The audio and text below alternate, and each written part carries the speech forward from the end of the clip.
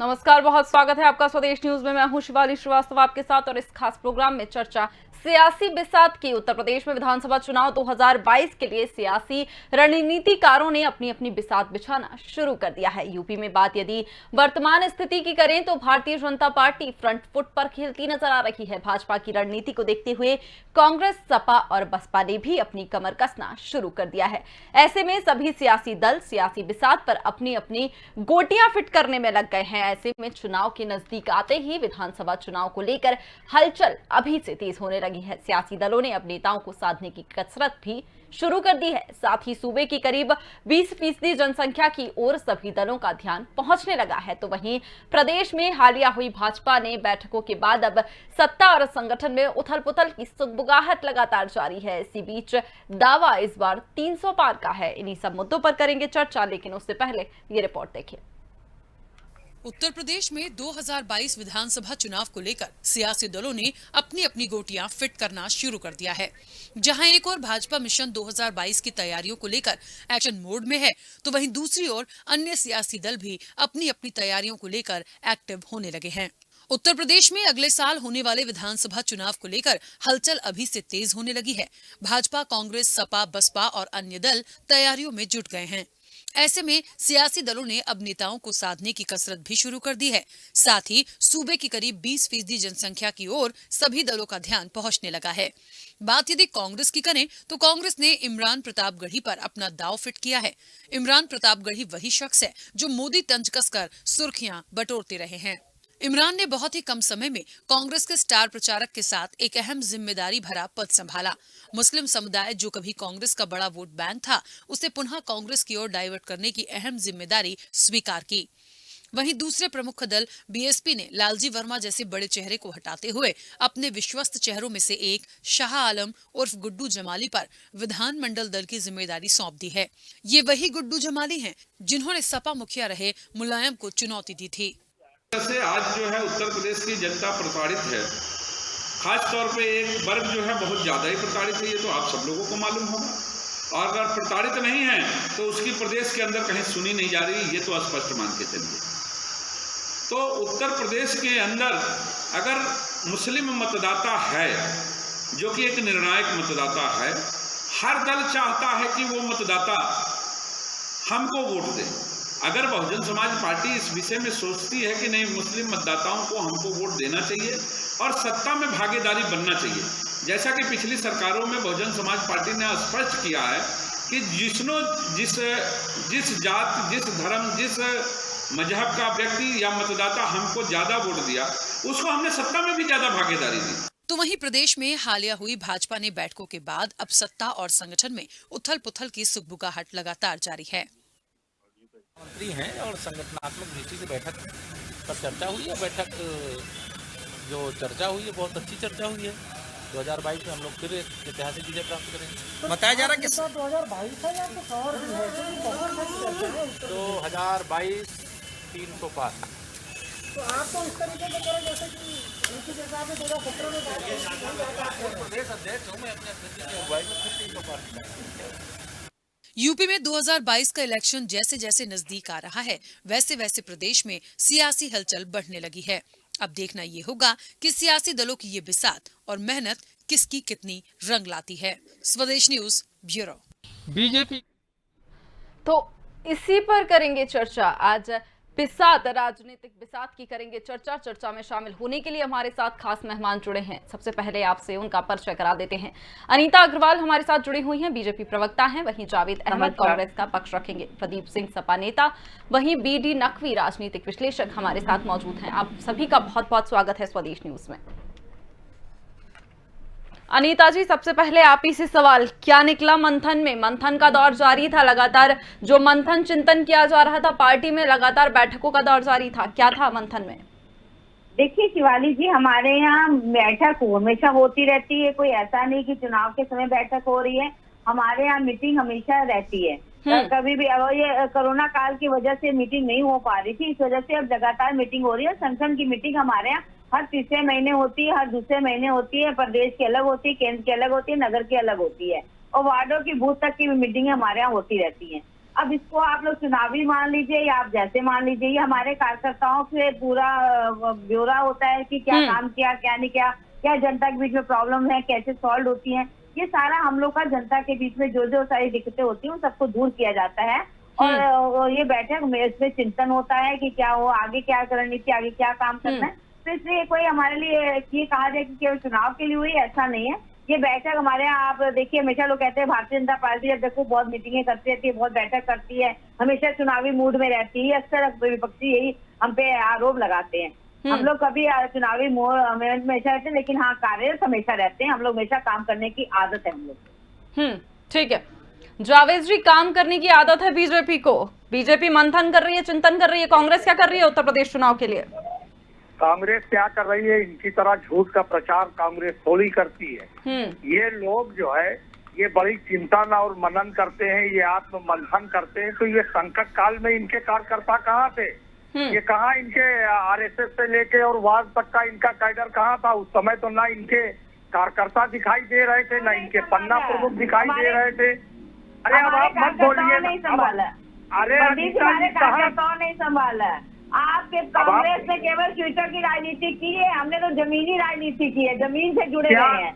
आप फ्यूचर पे घूमते रहे, आसमान पे चलते रहे हैं। आपको एक तो चर्चा करना नहीं आता है, आप बीच में बोलती हैं। अनीता जी जावेद जी की बात पूरी कर लेने करना तो आता नहीं है, आप बदतमीजी। जावेद जी बोलिए, जावेद जी आप बात पूरी कीजिए। बदतमीजी कर दी भैया हमने, ये अपनी बात बदतमीजी तो है, ओपन हुई है क्या? जो आपने बीच में मुझको इंटरेस्ट करना शुरू किया। जावेद जी बात पूरी क्यों कीजिए। इंटरेस्ट कर रही? मैं तो नहीं इंटरेस्ट कर रहा था आपको। ठीक है जावेद जी आप अपनी बात पूरी कीजिए। जब आपका नंबर आए तो आप फिर बात कहिएगा अपनी।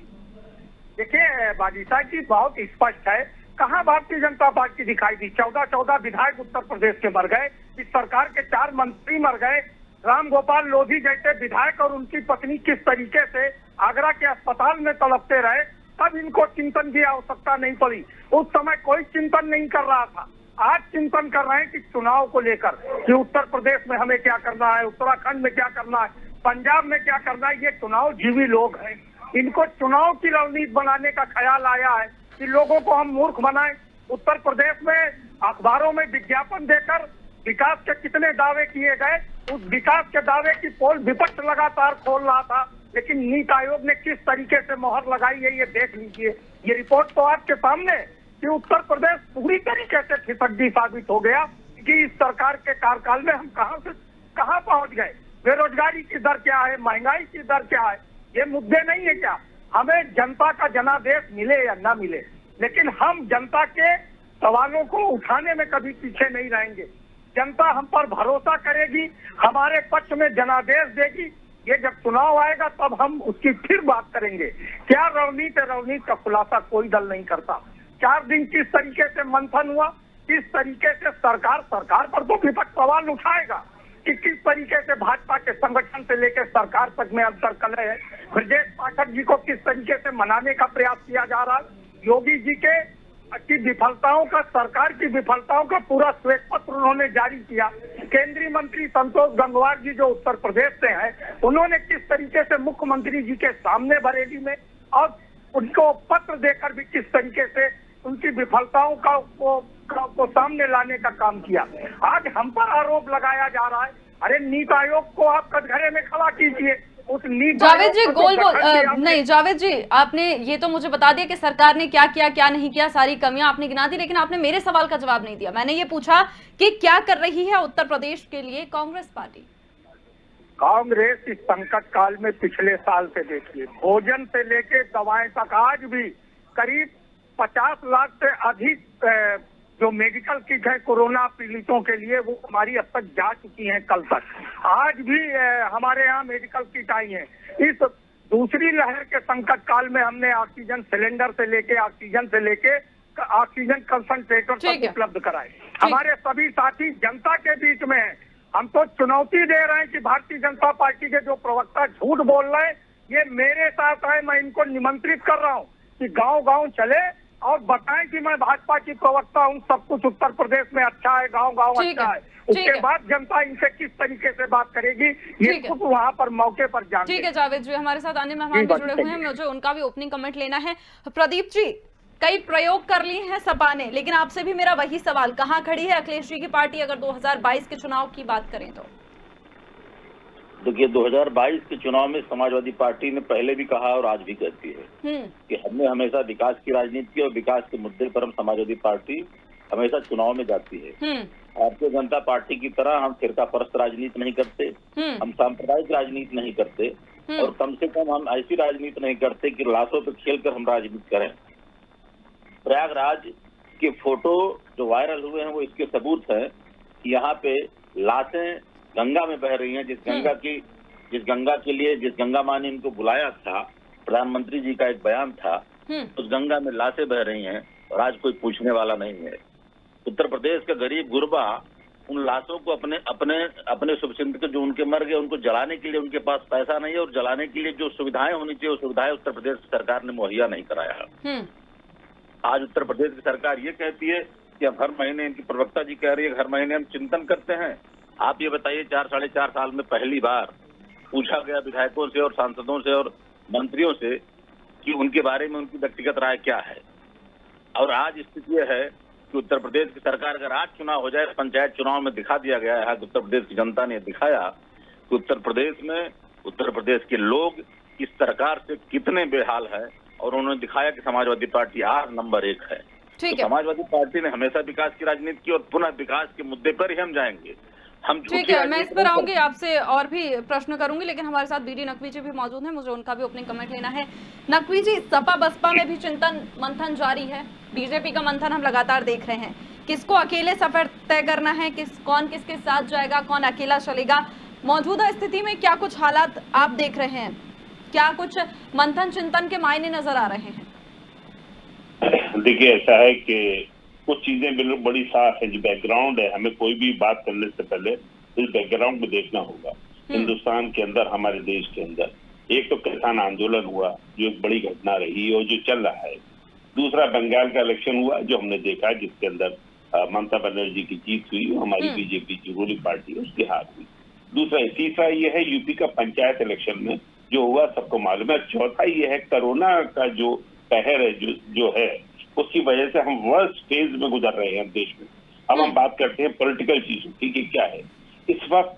नेचुरली अभी हम देख रहे हैं कि बीजेपी के अंदर एक लड़ाई, इंटरनेशनल बैटल जिसको कहते हैं, वो चल रही है कि योगी रहेंगे नहीं रहेंगे या कोई और चेंज होगा, कोई और मंत्री इंडक्ट होंगे, क्या अरविंद शर्मा इंडक्ट होंगे। ये कुछ चीजें बहुत साफ है। इसके अंदर आज भी आरएसएस की एक मीटिंग हो रही है जहां तक मुझको मालूम है, और अब तक यहाँ आरएसएस के मिस्टर हौसले जो आए थे उन्होंने भी चीजों को पढ़ा और जो की रिपोर्ट दी। देखिए, योगी जी ने जो सत्ता हासिल की वो एक तरह से अपनी ताकत से हासिल की। उसमें सेंटर ने उनको चीफ मिनिस्टर नहीं बनाया था, एक सच्चाई है। ये भी एक सच्चाई है कि योगी जी का क्लाउड है, उनकी फॉलोइंग है, हिंदू वाहिनी है, वो सारी चीजें हैं, हिंदू के बहुत बड़े, वो एक तस्वीर है। तो इस लड़ाई में अब ये है कि जो सेंटर वीक हुआ है इन सब घटनाओं से, किसान आंदोलन से और बंगाल इलेक्शन से, उसमें अब नीचे वाले लोग बीजेपी के वो चैलेंज कर रहे हैं टॉप लीडरशिप को। हमने देखा कि आसाम के चीफ मिनिस्टर मिस्टर सरना ने पूरी तरह से अपने आप को फोर्स किया कि मैं ही चीफ मिनिस्टर बनूंगा, और सेंटर को मानना पड़ा। आज आप देखिए, प्राइम मिनिस्टर फोन कर रहे हैं बंगाल के लीडर की वाइफ को, जो टीएमसी से आए हुए थे, उनकी वाइफ के हालचाल जानने के लिए। अब आप देखिए, ये सब कमजोरी के साइन है, लेकिन अब इसको कैसे लोग मीट आउट करेंगे ये तो आने वाला वक्त बताएगा किस तरह से बीजेपी आरनाथ के। लेकिन बीजेपी के लिए बुरा वक्त है जो भी इन हालात से गुजर रही है पार्टी, तो कोई शक नहीं। वो हम ये कहें कि फला पार्टी ताकत में होगी, बाद एक यूपी का इलेक्शन बताएगा कि इन सब चीजों के असरात क्या हुए, उसको कैसे पार्टी लेती है रूलिंग पार्टी, और किस तरह से समाजवादी, किस तरह से कांग्रेस अपना को प्रेजेंट करती है, ये तो जनता ही तय करेगी। इसके बारे में हम बहुत जल्दी को फैसला करेंगे। ठीक है अनीता जी, कोरोना काल की बात करें, किसानों के मोर्चे की बात करें, कई अन्य ऐसे मुद्दे हैं जिस पर सरकार की किरकिरी हुई है। इस बार राज्य सरकार की किरकिरी जो है वो कहीं ना कहीं हुई है, कैसे ठीक करेंगे? 6 महीने ही बचे हैं बस। हुई है, उन्होंने किसानों का भी काम बहुत अच्छे से किया, और आपने देखा कि कोरोना काल की जो सेकंड वेव आई थी इतनी तेजी से आई थी, जिसको नहीं भाग पाए तो उसके बाद उसको कितनी तेजी से कंट्रोल किया गया, ये भी आपने देखा होगा कि जितनी तेजी से आई उतनी तेजी से कंट्रोल भी किया गया। और विपक्ष की देखिए कुंठा कितनी है कि सेंट्रल विस्टा को कभी मोदी का महल बताते हैं, कभी ये कहते हैं, क्योंकि उनके अपने पास कोई, जनता के पास उनके पास कोई काम नहीं है। वो किसी तरीके से वैक्सीन का गुमराह करना, वैक्सीन के लिए दोहरा मार्कशीट रखना, कभी तो कहते हैं बीजेपी की वैक्सीन है। और इन्होंने हमेशा राजनीति की है, इन्होंने जनता के बीच में कोई काम नहीं किया है, न जनता के बीच इनका कोई संपर्क है, ट्विटर की राजनीति की है। अभी आप देखिए अलीगढ़ में एक सांसद ने बयान दिया, उस बयान पे भी किसी ना कांग्रेस का ना समाजवादी का कहीं ना ट्वीट आए ना कोई बात आई, क्योंकि वो एक सांप्रदायिकता को फैलाने की बात हमेशा करते रहे हैं और उसी सांप्रदायिकता के आधार पर ये काम करते हैं।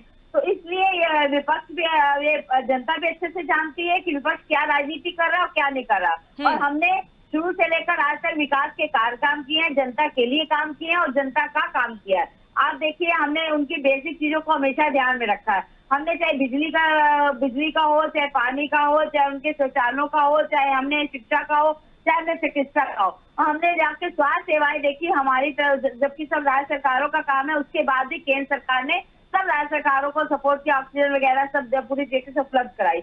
और आज हमारे हॉस्पिटलों की, हमने हॉस्पिटल ज्यादा से ज्यादा बढ़ाए, हमने एम्स को भी ज्यादा से ज्यादा बढ़ाया और हमने शुरू से ही अपना क्या कहते हैं आयुष्मान भारत की योजना की, हमने जन औषधि केंद्र बनाया। तो सबसे बड़ी बात यह है कि हमने बेसिक चीजों को हमेशा ध्यान में रखा और जनता इस चीज को मान रही है, जनता जान रही है कि भारतीय जनता पार्टी की सरकार ही ऐसी है जो निचले स्तर तक काम कर रही है। लेकिन विपक्ष के पास केवल एक राजनीति करना, केवल ट्विटर करना और कुछ नहीं। और कह रहे हैं जनता के बीच में काम किया, कहीं जनता के बीच में काम नहीं किया। हमारे जावेद जी से जवाब ले लेंगे इस बात में जा जाकर, हर जिले में जा जाकर, हर जिले के हॉस्पिटल में चक्कर लगा लगा कर सारा वो काम सेव किया, कार्यकर्ताओं ने किया। और आज देखिए कितने समय से ये बच्चों की बीमारी, दिमागी बुखार कितने सालों से गोरखपुर में चलता था, इसको कंट्रोल किया तो हमारी सरकार ने किया, आज तक नहीं हो पाया था। तो हमारी सरकार शुरू से ही काम करती चली आ रही है, ऐसा नहीं। और ये जनता अच्छे से जानती है, विपक्ष को उनका चेहरा साफ जावेद जी,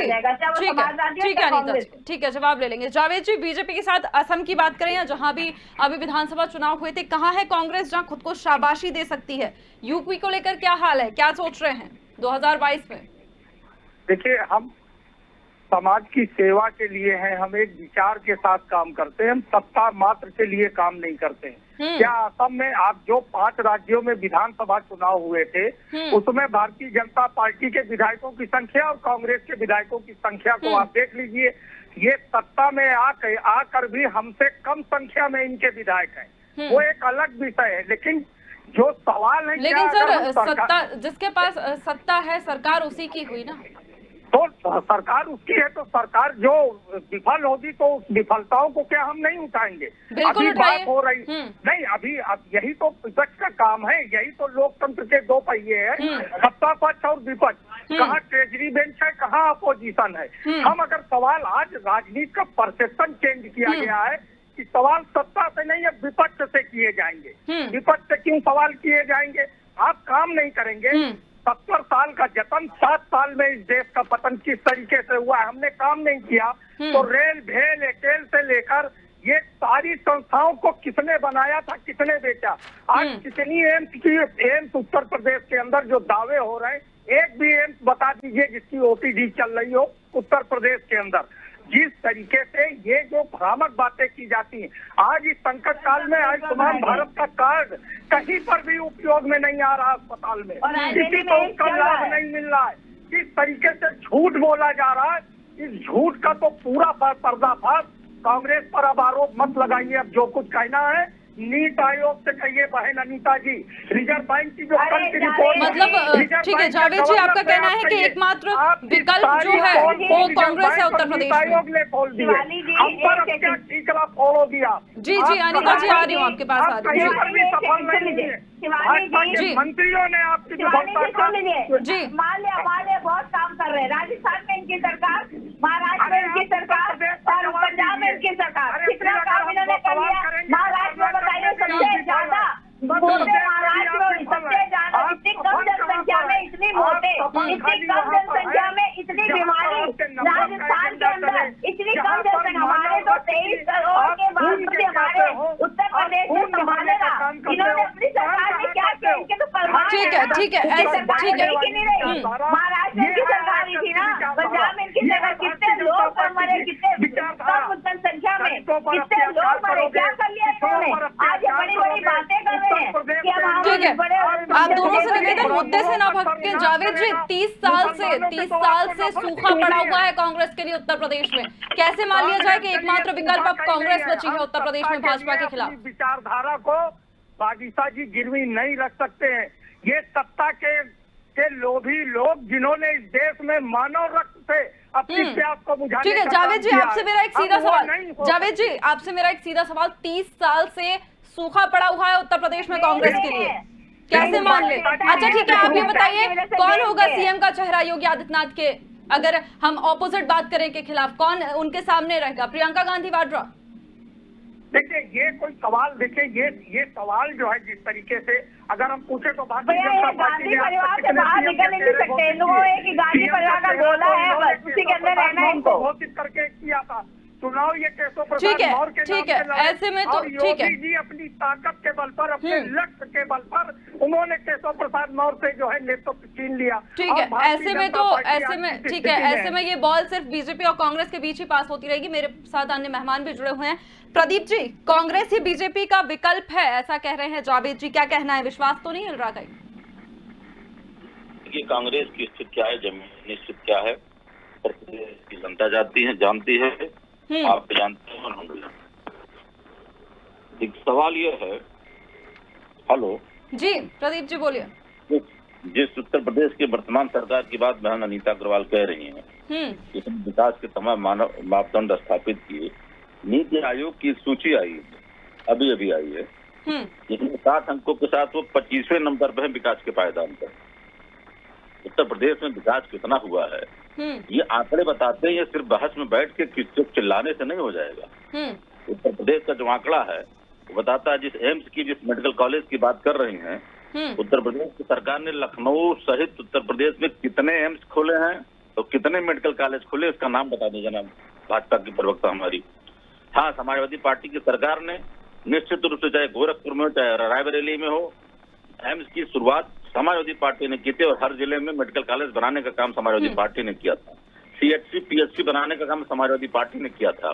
वो CHC PHC जो आज इस मौके पर जहाँ जहाँ काम कर रही है वहाँ काम आ रही है, और जहाँ जहाँ कहीं ऐसी जगह तमाम, मैं लखनऊ की बात करती हूँ, हिमलालगंज में एक CHC जहाँ अभी भी झाड़ झंकाड़ और प्रदीप जी, कौन सा मुद्दा सड़क पर आकर अभी उठाया है सपा ने? अगर अखिलेश यादव जी की बात करें तो कौन सा मुद्दा उठाया है सड़क पर कोरोना काल में? कैसे विकल्प माने आप?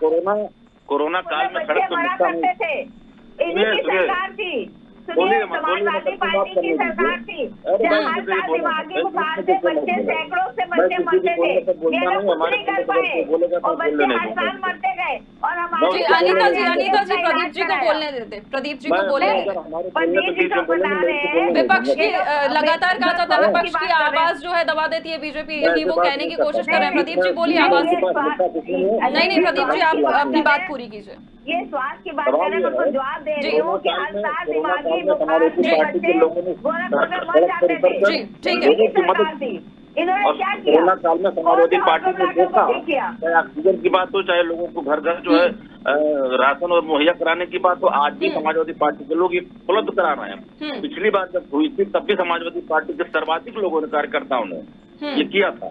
हमारे राष्ट्रीय अध्यक्ष अखिलेश यादव जी ने बार बार ये लोगों का आह्वान किया है, अपने कार्यकर्ताओं को निर्देशित करते रहते हैं, पार्टी की जिला इकाई और नगर इकाई को हमेशा कहते रहते हैं कि लोगों के बीच में जाके उनकी मदद कीजिए। कोरोना काल में हम राजनीति नहीं करते हैं, हम सिर्फ मदद करते हैं लोगों की। ठीक है, वीरे नकवी जी, अनिता जी मैं आपके पास लौट कर आऊंगी। अनिता जी मैं आपके पास लौट कर आऊंगी।